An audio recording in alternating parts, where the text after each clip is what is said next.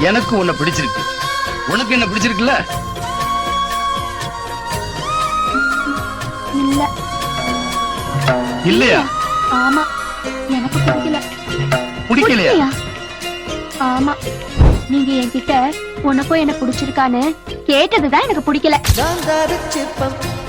உன்னோட வெப்பம் நான் தொட்டு பார்க்கிறப்போ என்ன நினைச்சேன்.